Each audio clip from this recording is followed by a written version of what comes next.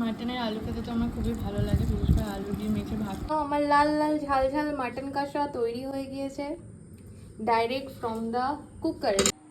Hello বন্ধুরা, welcome back to my channel. আশা করি তোমার সবাই অনেক ভালো আছো, আমিও ভালো আছি। নতুন একটা ব্লগে তোমাদের সবাইকে অনেক অনেক ওয়েলকাম। তো ব্লগটা রান্নাঘর থেকে চালু করছি, কারণ আজকে একটা রান্নাবান্নার ব্লগ তোমাদের সাথে শেয়ার করব। আর কি শেয়ার করবো তোমাদেরকে দেখাই, দাঁড়াও। দেখো নিয়ে চলে এসছে হচ্ছে গিয়ে এই যে মাটন, দেখতে না এর মধ্যে আছে 460-65 গ্রাম মতো, না 480 গ্রাম, 480 গ্রাম মাটনটা চলে আজকে মাটনটা রান্না করবো, তোমাদের সাথে সেটাই শেয়ার করবো। হচ্ছে মাটনটা, এটাকে ঢালি দাঁড়াও, খেলে তোমাদের দেখাই। মাটনটা স্মেলটা এত সুন্দর বেরোচ্ছে, জাস্ট আমি তোমাদেরকে বলে বোঝাতে পারবো না। তোমরা তো গন্ধটা পাবে না, বাট মাটনটা দেখো খুবই সুন্দর। মাটনটা একদম একদম রেড মিট প্রপার যাকে বলে, একদম দেখেছো লাল লাল কালার, আর চর্বি আছে, এটা পেঁয়াজি খাসি, 480 গ্রাম মতো। তো এটাই আজকে রান্না করবো, আগে যে ধুয়ে নিই। তো বন্ধুরা দেখতেই পাচ্ছ, এটার মধ্যে আমি মাংসটা ধুয়ে জল ঝরাতে রেখে দিয়েছি। মাটন কিন্তু বেশি ধুতে হয় না, বেশি ধুলে ফ্লেভারটা চলে যায়, গন্ধটা খুবই সুন্দর। এবার মশলাটা আমি রেডি করে নিই। দেখো আমি এর মধ্যে মশলাটা করে নিচ্ছি। এর মধ্যে 6টা শুকনো লঙ্কা আছে, অল্প একটু আদা, অল্প একটু রসুন, আর একটু গোটা ধনে, গোটা জিরে, আর একটা কাঁচা লঙ্কা।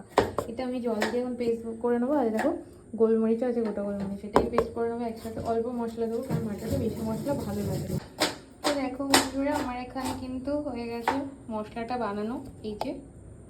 এই হচ্ছে মশলা, পেঁয়াজ কুচানো হয়ে গেছে, চলছে। আর এই যে আলু 4 টুকরো। তো দেখো বন্ধুরা, কড়াইতে অল্প একটু তেল নিয়ে নিয়েছি, কারণ আমি আলুটা ভাজা দেবো। আলুটাতে নুন হলুদ মাখিয়ে নিয়েছি। এই যে দেখো আলু ভাজা দিচ্ছি, সরষেটা নিয়েছি, সমস্ত আলু নিয়েছি আমি, বেশি ভাজা যাবে না। এখানে মাংসটার মধ্যে হলুদ মেখে নিয়েছি, আর ম্যারিনেট করবো আর কি।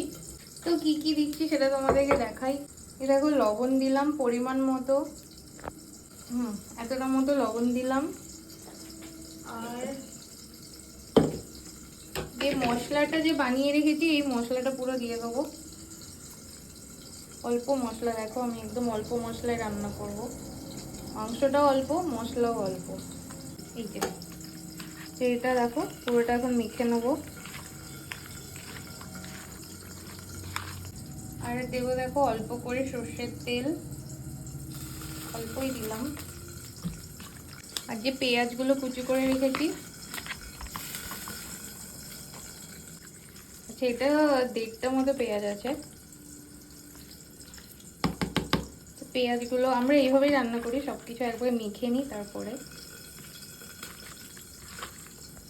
আর দেখো একটা তেজপাতা দিচ্ছি, তেজপাতাটা মেখে রাখছি এর মধ্যে।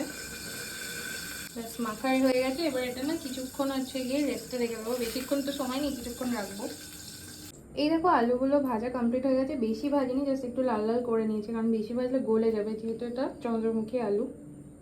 আর দেখো এই সেম তেলের মধ্যে আরো অল্প একটু তেল দেবো, বেশি দেবো না, ব্যাস এতটার মতো তেল দিয়েছি। এবার এর মধ্যে ফোড়ন দিয়ে মাংসটা তুলে দেবো। তেল হচ্ছে গরম হয়ে গিয়েছে, আর আমি এখন এর মধ্যে দেবো ফোড়ন। আর ফোড়নে দেখো নিয়েছি হচ্ছে মানে এমনি নর্মাল জিরে, গোটা জিরে, একটা এলাচ ফাটিয়ে নিয়েছি, দারচিনি একটুখানি, আর একটা শুকনো লঙ্কা। লবঙ্গ নেই তাই লবঙ্গটা স্কিপ করলাম, তোমরা অবশ্যই দিও। আর তেজপাতা তো আমি আগেই দিয়ে দিয়েছি। তো ফোড়ন থেকে বেশ সুন্দর একটা গন্ধ বেরোচ্ছে। এই মুহূর্তে আমি মাখিয়ে রাখা মাংসটা দিয়ে দেবো।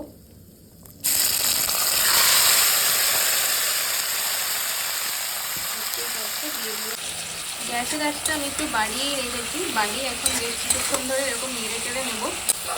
এরকমভাবে একটু নেড়ে নেড়ে কষিয়ে নেবো আর কি, যাতে হচ্ছে এই মশলাগুলো ভালোভাবে একটু হাই ফ্লেমে কষে দেয়। ফ্লেম বাড়ানো আছে।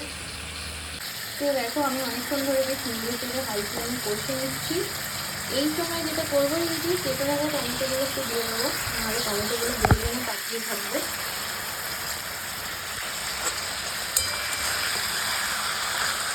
আর এদিকে মানে মাটনের সাথে তো ভাতই ভালো লাগে, তাই জন্য আমি ভাত বসিয়ে দিয়েছি।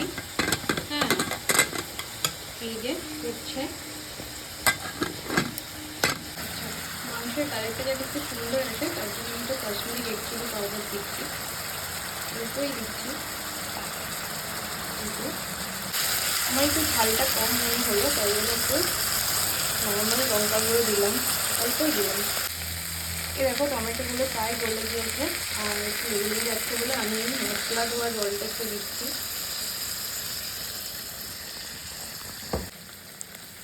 তো দেখো বন্ধুরা, হালকা হালকা তেল ছাড়তে আরম্ভ করেছে, দেখতেই পাচ্ছ আশা করি। এটাকে আমি আর একটু নেড়ে নেড়ে কষাবো, চাপার দিইনি কারণ কুকারে দেবো আমি। তো দেখো বন্ধুরা, প্রায় কষা হয়ে আসছে। আর এই মাংসটা যদি আমি কড়াইতেই মানে রান্না করতে চাই পুরোটা, তাহলে কিন্তু আমাকে ফুল ঢেকে ঢেকে প্রায় 1-1.5 ঘন্টা লেগে যাবে রান্না করতে। কিন্তু এখন হচ্ছে 9টা বেজে গেছে, আর আমি লেট করতে চাইছি না। আর কড়াইতে কষা মাংসের টেস্ট অবভিয়াসলি অনেক বেশি হয়, কিন্তু কুকারে দিলেও ভালোই লাগে। ধোয়া হয়ে যাচ্ছে, তো এই জন্য আমি একটু জল গরম করে নেবো এখন, আর কুকারও রেডি করে নিয়েছি। তো যেহেতু দুজনের রান্না, তাই বেশি জল দেবো না, অল্প জল দিলাম। আর জলটা এখানে ফুটতে দিয়ে দিয়েছি। অবশ্যই মাটন রান্নায় গরম ফুটন্ত জল দেবে, চিকেন রান্না তো সেটা ব্যবহার করলে ভালো হয়, ঠান্ডা জল দেবে না। প্রায় দেখো তেল ছেড়ে দিচ্ছে, দেখতেই পাচ্ছ। এই যে তেল ছেড়েছে, খুব সুন্দর একটা স্মেল বেরোচ্ছে। এটা কিন্তু রেওয়াজি মাংস, তবে আমরা চর্বি আনিনি, মাংসের সাথে যেটুকু লাগানো আছে। তো মাংসর গ্রেভিটা আমি একটুখানি চেক করে দেখলাম আর কি, যে হালকা লবণ কম আছে, তো সামান্য লবণ দিলাম। বেশি লবণ দিলে আবার বুঝতেই তো পারছো। আর এদিকে দেখো জলটা ফুটে গেছে, তো প্রায় কষা হয়ে গেছে, আর একটু কষবো। তো মাংসটা দেখো তেল ছাড়ছে, আর মাংসটা কুকারে দেওয়ার আগে আমি আলুগুলো দিয়ে সামান্য একটু নাড়িয়ে নেবো। আলুগুলো নাড়ার কারণটা কি জানো তো, যাতে একটুখানি আলুর মধ্যে মাংসের এই মশলার ফ্লেভারটা ঢোকে। মোটামুটি মাথা তেল ছেড়ে দিলে আর ঢোকলে এবার কড়াইতে লেগে যাবে। আর মাংসটা আমি প্রেশারের মধ্যে ট্রান্সফার করে দেবো, আর একটা অফ ক্যামেরা করতে হবে। দেখো মাংসটা আমি ট্রান্সফার করে দিয়েছি, ঠিক আছে। আর এটার মধ্যে যে মশলাটা আছে তার জন্য এই জলটা দিয়ে আমি ভালো করে একটু ধুয়ে নাড়িয়ে নেবো। বাকি জলটা দেখো এর মধ্যে দিয়ে দেবো। এবার দেখো কড়াই ধোয়া যে জলটা আছে ওটা দিয়ে দিচ্ছি। এবার দেখো আমি কতটা ঝোল দিয়েছি দেখতেই পাচ্ছ, বেশি দেইনি, অল্পই দিয়েছি। এবার যেমন হয় ঢাকনাটা লাগিয়ে দিয়ে দেবো সিটি মারতে। তো এই যে আমি রেডি করে দিয়ে দিয়েছি কুকারটা। আর প্রথমে একটু হাই থাকবে, তারপরে আমি আবার লো করে দেবো। আর গরম মশলা কিন্তু আমি এখন দেইনি, গরম মশলা দেবো ঢাকনাটা খুলে গরম মশলা দিয়ে ফুটিয়ে নেবো। কারণ আমার মা বলে গরম মশলা প্রথম থেকে দিলে ফ্লেভারটা থাকে না, ফ্লেভার চলে যায়। তো চলো সিটি হওয়া অবধি ওয়েট করি, ততক্ষণ আমি বাসনগুলো মেজে নিই। আর এদিকে আমার ভাতও হয়ে গেছে। আমি এখন হচ্ছে কড়াইটা মাজবো, সেই সাথে আমি তোমাদের সাথে জাস্ট দুটো কথা বলবো। সেটা হচ্ছে গিয়ে মাটনে সবসময় মানে আমার মা বলে মাটনে যেহেতু নিজস্ব খুব ইউনিক একটা টেস্ট আছে, ঠিক আছে, যেটা চিকেনের নেই, সেই কারণে হচ্ছে গিয়ে সবসময় মাটনে কী করতে হবে, কম মশলা দিতে হবে। ওই জন্য আমি একদম সামান্য রসুন, সামান্য আদাটা একটু বেশি দিয়েছি মানে রসুনের তুলনায়, দিয়ে তারপরেই কিন্তু মাংসটা রান্না করেছি। আর শুধুমাত্র জিরে ধনে দিয়েছি, আর হাবিজাবি কোনো মশলা দিইনি, ঠিক আছে। আর শুধু হচ্ছে লাস্টে একটু গরম মশলার গুঁড়ো দেবো। গরম মশলার গুঁড়ো একটু না দিলে ফ্লেভারটা জাস্ট ভালো হয় না। তো বাস এটাই তোমাদের সাথে বলার ছিল। আর মাটনের আমার তো বেশ পাতলা পাতলা ঝোলটাই খেতে ভালো লাগে কষার তুলনায়, ঠিক আছে। আর আলু দিয়ে অবশ্যই, মাটনের আলুটা জাস্ট সর্ব। তোমাদের মাটন কীরকম খেতে ভালো লাগে? আমার তো মাটনে কোনো রকম এক্সপেরিমেন্ট মাটন নিয়ে, ওই মাটনের অনেক রকম আইটেম হয়, আমার কিন্তু ভালো লাগে না। অথেন্টিক বাঙালি যে মাটনের ঝোল হয় আলু দিয়ে, আমার শুধু ওইটাই ভালো লাগে। আর একবার চম্পারন মাটনটা খাওয়ার ইচ্ছে আছে, যেটা হাঁড়িতে পুরো দমে করে, তো ওটা একবার অথেন্টিকটা খাওয়ার ইচ্ছে আছে, দেখা যাক কবে খেতে পারি। তো ব্যাস এইটুকু কথাই তোমাদের সাথে বলছি। তোমাদের মাটন কি ভালো লাগে আমাকে কিন্তু কমেন্ট করে জানাতে পারো, যে মাটনের কোন আইটেমটা তোমাদের ভালো লাগে। আর মাটনের আমি একবার দো পেঁয়াজা খেয়েছিলাম, মিষ্টি মিষ্টি, ভীষণই আমার বাজে লেগেছিলো, আর কোনোদিনও খাবো না। আমার ভাই ঘরেই বানানো মাটন ভালো। তো চলো হোক ততক্ষণে, মনে হচ্ছে সিটি উঠবে একটা। প্রায় 7টা মতো সিটি হলো, না 6টা মতো। আমি বন্ধ করে দিয়েছি, এখন ফুচফুচ করছে।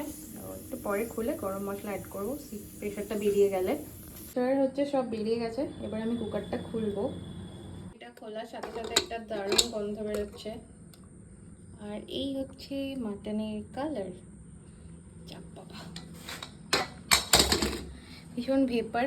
তো এই হচ্ছে কালার, দেখো এই যে আমার লাল লাল ঝাল ঝাল মাটন কষা তৈরি। এবার মানে পুরোপুরি তৈরি নয়, এবার আমি হচ্ছে গরম মশলা দেবো এর মধ্যে। কালারটা তোমরা দেখতেই পাচ্ছ, আলুগুলোও সেদ্ধ হয়ে গেছে।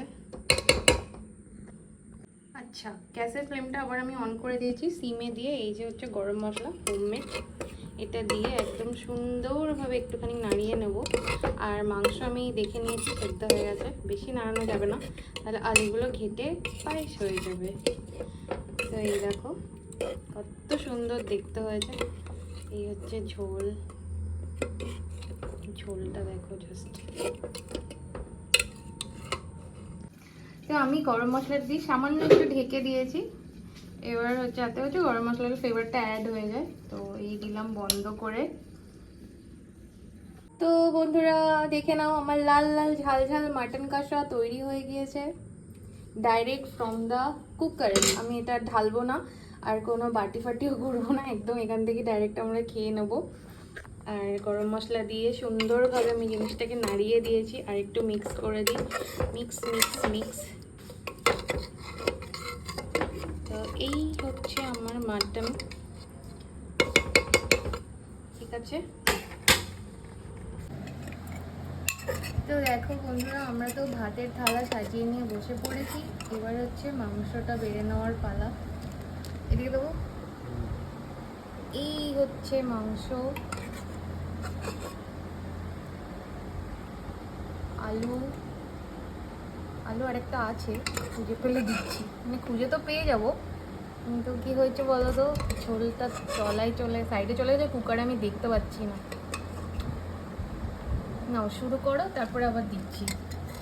তো বলো মাংসটা কেমন রান্না হয়েছে, নরম হয়েছে কিনা দেখো। এই তো খুলে যাচ্ছে পুরো। আমিও দেখো আমার ভাত নিয়ে, মানে আমার থালা সাজিয়ে বসে পড়েছি। তো চলো, তো দেখতেই পাচ্ছ প্রচুরই গরম হয়েছে, তোমাদের ভেঙে দেখাবো। এই দেখো পুরো গুঁড়ো হয়ে যাচ্ছে, মানে সেদ্ধটা খুব সুন্দর হয়েছে। তো চলো এনজয় করি আমাদের মিলটা। মাটনের আলু খেতে তো আমার খুবই ভালো লাগে, বিশেষ করে আলু দিয়ে মেখে ভাত খেতে। তো এই রেসিপিটা যদি তোমাদের ভালো লাগে অবশ্যই তোমরা এইভাবে বানিয়ে খেও। আর ভিডিও কেমন লাগলো জানাতে ভুলো না, লাইক কমেন্ট সাবস্ক্রাইব করে দিও। চলো টাটা, গুড নাইট।